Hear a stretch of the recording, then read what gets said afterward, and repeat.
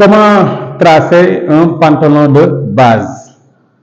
Donc, on va commencer à vous le montrer. D'après notre émission précédente, qu'on a déjà fractionné les mesures. Maintenant, on va passer au traçage du pantalon devant. Donc, je m'appelle Djibi Bey, directeur du centre de formation Teranga Couture. Notre numéro de téléphone qui est à Kermassar, notre numéro de téléphone c'est 77 906 18 48 pour vous qui veulent faire des formations de qualité et des formations de base.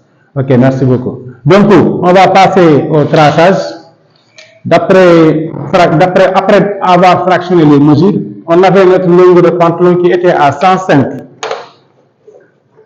Vous voyez, on avait 105, mais on va faire notre moins 3 qui était le cintre. Donc, on va faire 102. On a 102 plus notre ourlet, ça nous donne 107 cm. Voici. Là, on a 107 cm. Pour d'abord, il faut que le tissu se plie par deux. Quand on coupe un pantalon, le tissu se plie par deux en mode droit fil. N'oubliez pas que si vous voulez vraiment plier votre pantalon, il faut le faire droit fil. C'est-à-dire prendre les lisières à sa droiture. Donc, on va passer aux lignes de base, contre ce qu'on appelle les lignes de construction.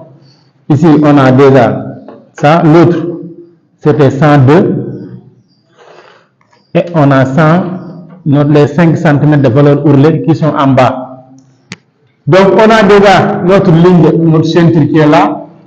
Et notre longueur pantalon qui est là. Maintenant, qu'est-ce qu'on va passer? On va passer à notre hauteur bassin. On avait combien? Sur notre numéro précédent, on avait 23 cm. 23 cm, voilà. Maintenant, on le trace. 23 cm. On a encore notre longueur de genou qui était de 52 cm. Maintenant, on vient là, on met 50, 51, 52 cm, 5. Voilà. Tu fais comme ça, 52,5. J'espère bien que vous avez suivi les fractions. Donc, vous aurez toutes les mesures là-bas. Donc, ici, on a notre mesure de hanche. Ici, on a notre mesure de longueur genou. Donc, cette ligne-là, c'est cette ligne qui s'appelle hauteur bassin. Je prends une craie rouge. C'est ça qui s'appelle hauteur bassin. Voilà. Donc, on a donc nos lignes de construction. On a notre ceinture, notre ligne de hanche, notre ligne de genou et la longueur finie de notre pantalon. Maintenant, qu'est-ce qu'il nous reste? Donc, avant de faire les mesures qu'on va entrer, maintenant on va donner notre ligne de pli, qui est la ligne principale pour tracer un pantalon. Donc notre ligne de pli, quand on l'avait calculé, on avait trouvé 15 cm. On vient ici, sur la ligne de hanche, 15 cm. Regardez bien, on met une marque. Ici aussi, tu peux prendre 15 là. Et ici, tu prends 15 cm. Voilà. Donc, on prend la règle.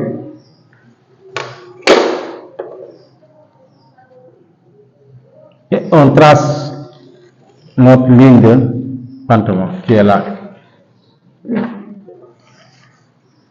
Voilà. Donc, vous avez vu que c'est cette ligne qui nous permet maintenant de reporter les mesures qu'on a déjà fractionnées. Maintenant, qu'est-ce qu'on va faire? Maintenant, on va faire entrer notre mesure d'hanche. Après notre mesure de ceinture. Notre mesure de hanche, on avait trouvé 30 cm. 30 cm. Voilà, c'est là. C'est 30 cm. Notre mesure de ceinture, on avait trouvé 22 plus la pince plus de couture, ça nous avait donné 27 cm. On a ici 27 cm. Voici notre mesure de ceinture qui était à 27 cm et notre mesure de hanche qui est à 30 cm.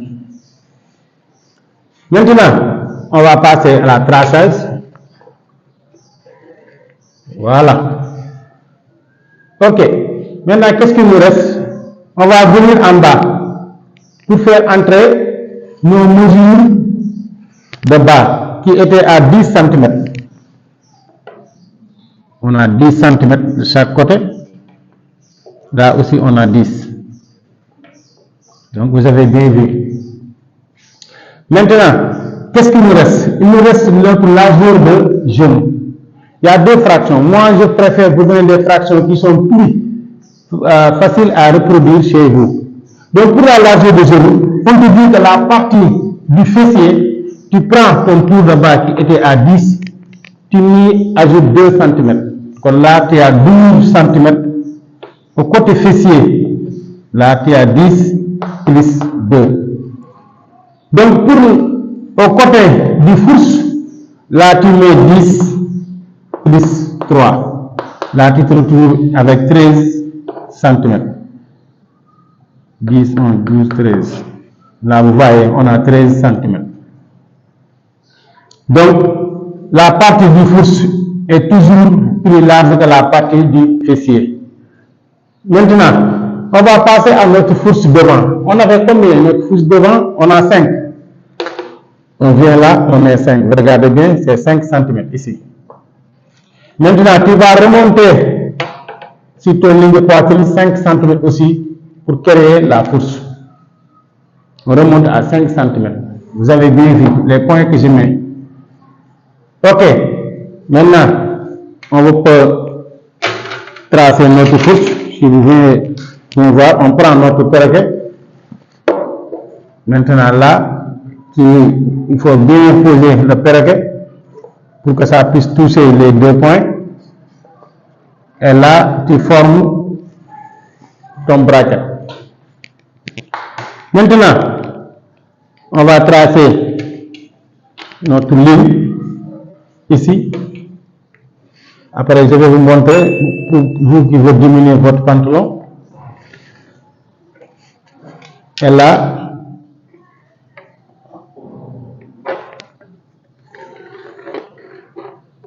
jusque là.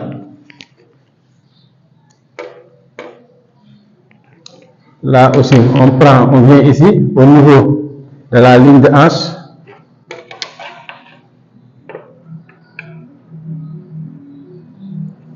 Ok, à la niveau du hanche. Maintenant, ici on avait 5 cm en bas, on va remonter 5 cm en haut pour la voler où le soit plus exact. On remonte 5 cm en haut. Regardez bien, maintenant on va tracer la ligne bourrelée, c'est ça qu'on appelle ligne bourrelée. Maintenant les vis, on les trace comme ça. Vous avez bien vu. Voilà. Donc, si vous avez bien regardé, vous allez voir que cette ligne-là, c'est une ligne droite. Voilà. Et cette ligne droite, on a 10 en bas, 10 en haut. Donc, si vous relevez votre pantalon, vous n'aurez pas de problème pour faire un bon ourlage. Maintenant, donc là, vous allez rejoindre ici. Et là aussi, on va le tracer à partir de là. Vous avez bien regardé. Maintenant, entre la fourche et la genou, le milieu, c'est 15, c'est là aussi se trouve la cuisse. Voici la cuisse. Donc, parfois, si c'est une femme, tu peux rentrer à 1 cm pour la cuisse, mais c'est bon pour l'instant pour les gens qui veulent commencer à coudre. Maintenant, on va passer notre ligne de poche qu'on avait trouvée à 7,5. Regardez bien. Je commence ici, à partir de cette ligne de hauteur bassin, je mets 7,5, regardez bien. C'est là. On a 7,5 cm.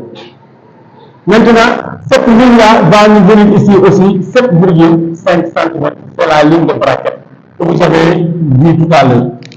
C'est la même mesure. Donc, maintenant, on va passer ici notre poche. Ici, on rentre 3 cm.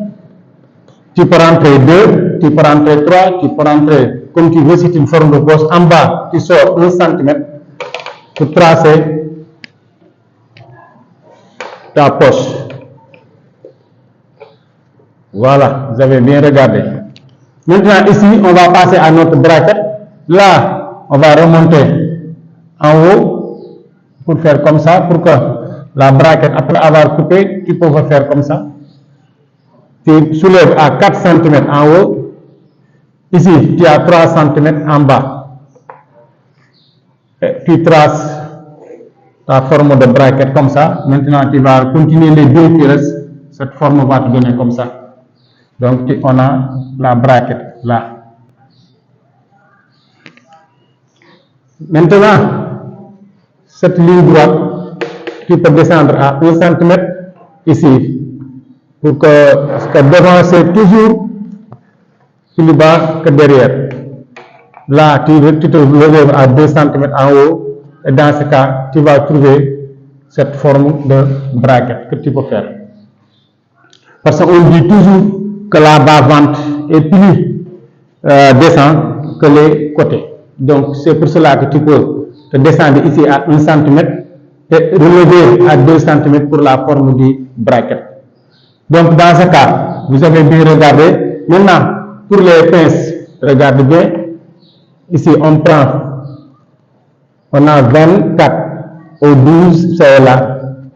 Maintenant, tu prends la longueur du pince qui sera la ligne du poche. On se retrouve avec 8 cm. Parce qu'on a pris la mesure de poche, on l'a divisé par 2. Donc, ce sera notre mesure de la pince devant.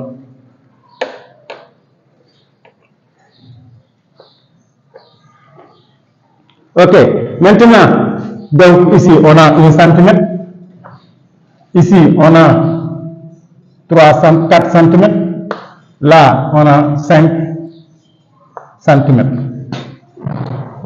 Donc ici on a 5 cm, je vais écrire les chiffres pour vous aider.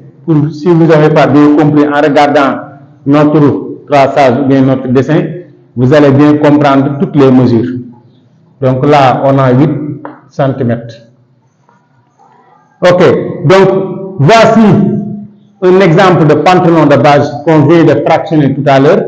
On a tracé notre pièce patte devant qui s'est pliée par 2 et en mode droit fil, c'est-à-dire utiliser les lisières.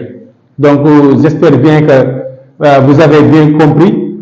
Donc toutes les lignes rouges sont les lignes à couper, sauf la ligne de pilier qu'on a tracée ici, qu'on vous a montré. Donc, si vous voulez couper, vous le coupez, vous aurez 2 pièces.